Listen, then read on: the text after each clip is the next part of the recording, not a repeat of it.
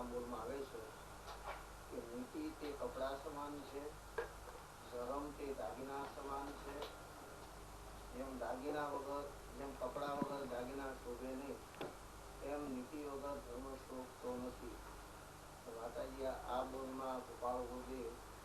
લૌકિક નીતિ અને લોકો નીતિની અને વ્યવહાર ધર્મ નીતિની વાત કરે છે. સૌથી સુંદર ઉત્પાદન છે. ગુરુદેવ બધી નીતિની વાત કરે છે.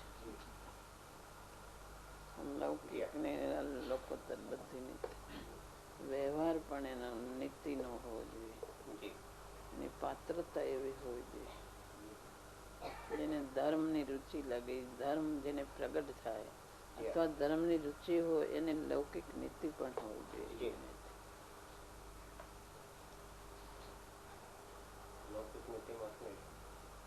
આનો વ્યવહાર, અમુક નીતિ એના બહારના આચરણ એવા ન હોવા જોઈએ કે એને અનીતિ ન હોવું જોઈએ.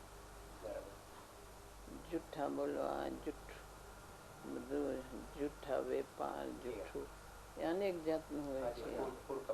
કૂડ કપટ, ગ્રદ્ધિ, એ અનેક જાતની બધી બહારની એને બધો રસ ઉતરી જાય બહાર. એની નીતિ બધી બરાબર હોય બહારની.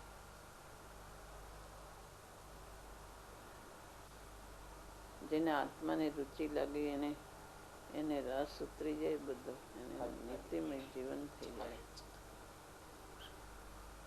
આવે છે ને 7 વ્યસન ન હોવા જોઈએ, એ બધું આવે છે.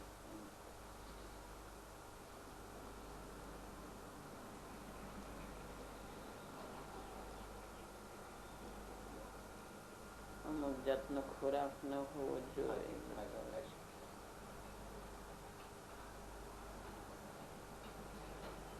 શાસ્ત્રમાં આવે છે, ગુરુદેવ ઘણી વાર કહેતા તો એના વ્યવહારમાં તો આવી જાય ને, આત્માની રુચિ લાગી એને રસ ઉતરી જાય એવું ખોરાક જે ત્રસ નો એવું ન હોય, લૌકિક નીતિ હોય, જુઠ્ઠું ન હોય, ગ્રદ્ધિ ન હોય, એવું બધું હોય. અંતર આત્માની રુચિ લાગી એને.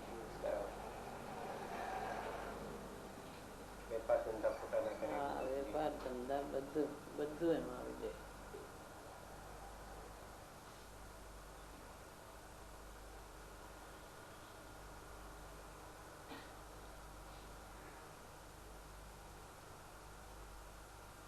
એ હોય તો જ ધર્મ શોભે.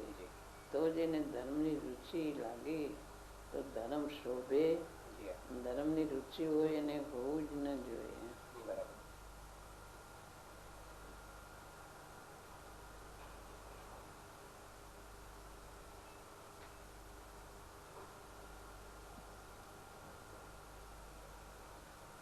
ખાવાની વાત માતાજી જુદી છે, ખાવાની વાત જુદી છે, પણ વેપારના માટે કોઈ એવી વસ્તુ આપણે બજારમાંથી લાવીને વેચવામાં હોય તો વાંધો નહીં. શું વેપાર? વેપારમાં એવી બજારમાંથી એવી વસ્તુ લાવીને વેચવામાં તો વાંધો નહીં. આજીવિકા માટે એવો વેપાર ન હોય. આજીવિકા પૂર્ણ પ્રમાણે થાય છે. કઈ પાપ કરીને આજીવિકા કરવી એવું તો એ કાંઈ હોતું નથી આત્માર્થી.